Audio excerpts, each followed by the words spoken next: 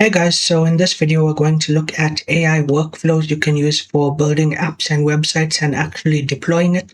So we're going to start out with actually setting up the AI environment, and then we're going to look at how we can actually build apps and websites with this, and then how we can actually deploy it to a website URL or the Google Play Store. And we're also going to look at how we can add payment providers to this so you can accept payments and stuff like that. And finally, we're going to look at some of the best AI we can use right now. So let's start out by looking at the tools we're going to use for this. We're going to be using OpenCode, which is at opencode.ai. There are other alternatives for this, like Claude Code or Kimi Code, which just launched recently. And we're going to use the Kimi model, so maybe you want to use Kimi Code from the start. But I recommend just sticking with OpenCode for now. And to install this, you want to click on npm down here, and it's going to give you the Node Package Manager install command here. Now, if you don't already have npm and Node installed on your system, all you need to do is go to nodejs.org, click on download right here, and then there's a few different checkboxes here that will give you the correct commands depending on what operating system and stuff you're on. But I recommend just selecting the ones down here and then downloading the installer. And once you have that set up, you just need to copy this, and you right click on the Windows button right here and click on Terminal, and you just paste this in and it will install into your computer.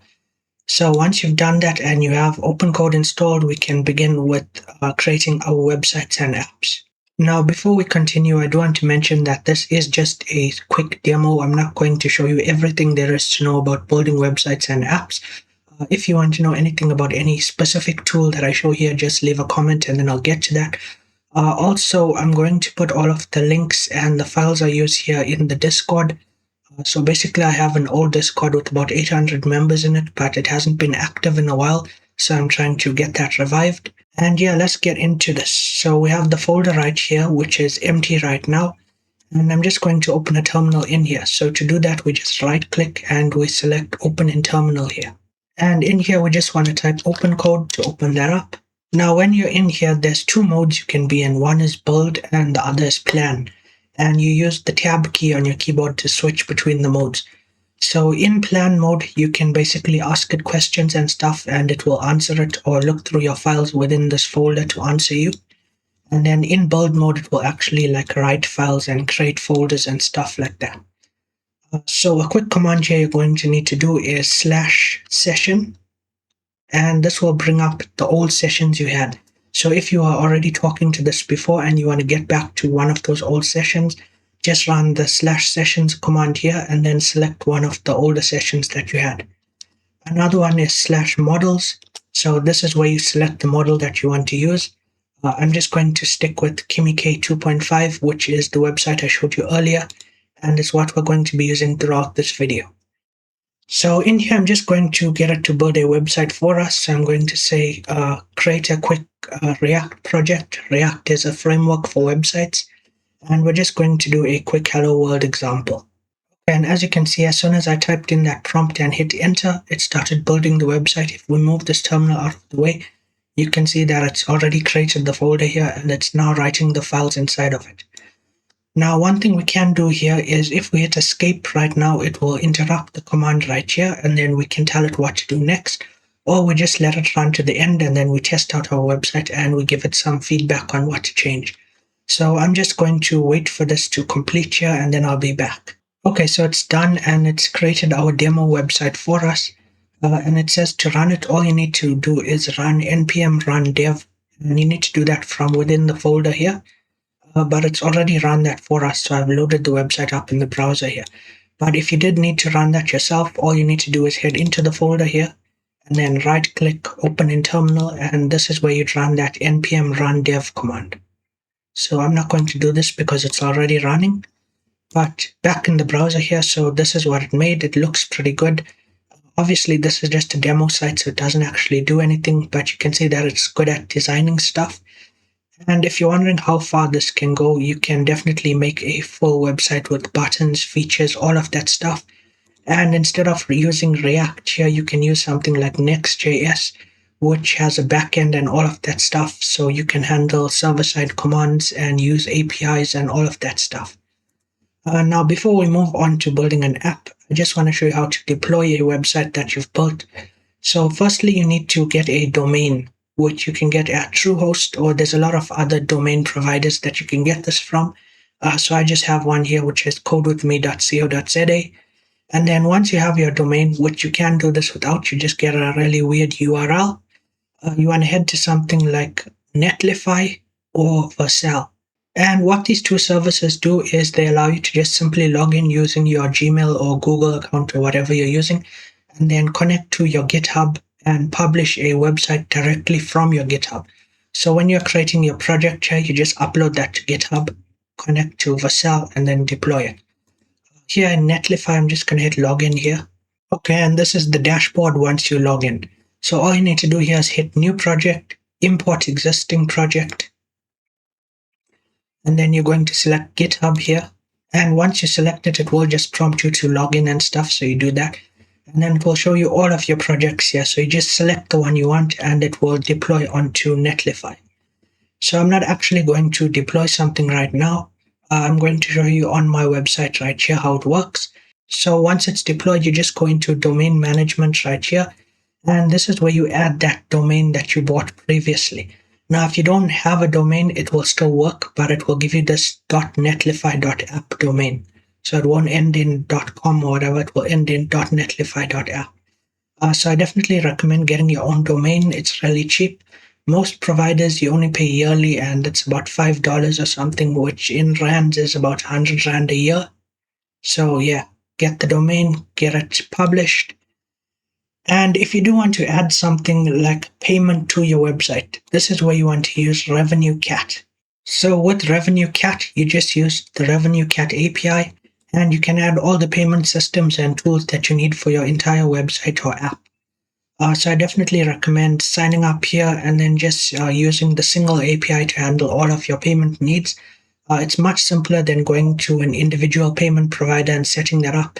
Sometimes if you go to something like Stripe, it's not available in all countries and you're going to end up with a mess of different payment providers being set up and one doesn't work and then the whole thing goes down. So yeah, just use Revenue Cat for all of your payment needs. And yeah, all of those links will be in the Discord, and the link to the Discord will be in the pinned comments. So I'm just going to delete this website for now. And I just pasted in a .md file here. So if you're not sure what a .md file is, I'm going to open this up. And it's basically instructions for the AI to follow. Now, obviously, you don't have this file as well. I'm going to put it in the Discord if you need it. And what this is basically instructions for how to get the app set up and running.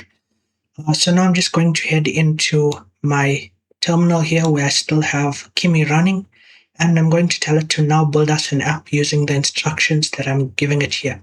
Okay, so I've given it our prompt here. I'm just going to hit enter, and I've given it basically the same thing. I just want a hello world example that looks good. And while this gets to work, I'm going to show you where you can actually publish this. So we're going to head into the Google Play console here. And I just have a warning up here that my account might be closed. Don't worry about that. It's just because I haven't published any apps in a while. So yeah, I'm going to publish something soon and get rid of this warning. And all you have to do is head to the Google Play console, sign up here and log in. And then you just hit create app right here. Now I'm not actually going to click this button because there's a whole lot of forms to fill out when you're creating an app. Nothing too scary, just the app name, the description, all of the pictures for the app and all of that stuff. But yeah, I don't really want to create a new project right now. But once the app is done building, all you need to do is hit create app here and fill that stuff in, and it will be live on the Play Store after a review by the Google Play team. Also, when you create an account on Google Play Console, there is a fee to sign up. I think it was around $20 or $25, but it's a once-off fee and you don't ever have to pay it again, so it's not that expensive. And yeah, let's check out what we've got built so far. Okay, so we're still building here. I'm going to give it a bit more time and then come back. Okay, so it's done building and it says to run this, all we need to do is head into the folder and then run this command here, npx expo run android. So I'm going to open up the folder here. And before I do anything here, I actually need to have my Android emulator running. So to run our Android emulator, what we need to do is head to developer.android.com/studio. and we need to download and install Android Studio. This is a development IDE made by Google, and the reason why we need this is because it has an emulator for running the apps within from our PC. So once you download this and install it, we're just going to head into the Windows button right here and open up Android Studio, or just search for it here. And then once you have that running, you're just going to click the three dots up here and select Virtual Device Manager. So you might not see anything in the list down here. You're just going to hit this plus sign right here and create one. And in here, you're just going to select one of the devices here. I recommend choosing one that you recognize, like the Pixel 9 Pro or something. And then once you have that selected, just go ahead and hit next, and you just fill out the details. There's not really anything to fill out here. The name and stuff like that. And then you hit download on both of these, and then you hit finish right here. Now I'm just going to cancel this because I already have one built here and downloaded. So I'm just going to hit the play button here. And now our Android emulator is up and running. So I'm going to minimize both of these, and I'm going to bring back that folder. So within the folder of the app that I just created, I'm going to right click here and select open in terminal. And then I'm going to run that command that it gave us. So it's npx expo run android. And I'm just going to select this, and I'm going to right click to copy. Don't press Control C while you're in open code, because sometimes it kills the program itself. And I'm going to head back into the other terminal we have opened here and just paste that in and hit run. Okay, so now it's done building and running the project, which is why we needed the emulator to be running before we ran that command. So it just opens up here automatically. And from here, we can see this is a pretty good app. There's nothing we can really do in here, but it definitely looks good. It has a drop shadow and all of that stuff. And yeah, we can pretty much do the same thing with this app as well. We just talk to the AI here and tell it, hey, add a button or something. We can just type something in here. And then if you need any help with anything, you can also switch into plan mode right here by pressing tab. So in plan mode, I can say something like, how do we run this?